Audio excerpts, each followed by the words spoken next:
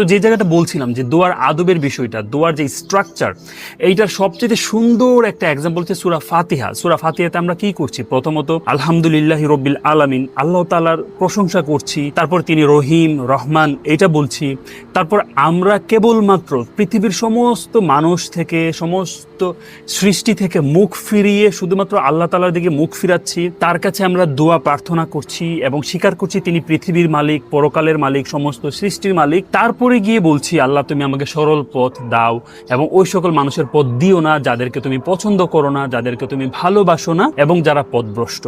এই যে দোয়ার একটা সুন্দর স্ট্রাকচার, এটা আমি আবরুজ্জামান পাহাড়পুরী হুজুরের আলোচনা থেকে শিখেছিলাম। তো এই জিনিসটা যেন আমরা মেনটেন করি, সবার কাছে অনুরোধ থাকবে। আর সর্বশেষ অনুরোধ থাকবে, জুমার দিন জুমার নামাজ খুবই গুরুত্বপূর্ণ। আমরা যেন দৌড় দিয়ে শুধুমাত্র 2 রাকাত নামাজের জন্য না যাই, আবার 2 রাকাত নামাজ পড়ে যেন দৌড় দিয়ে চলে না আসি। জুমার নামাজের আগে যে সুন্নাহগুলো রয়েছে, নামাজের পরে যে সুন্নাহগুলো রয়েছে, ওইগুলো যেন আমরা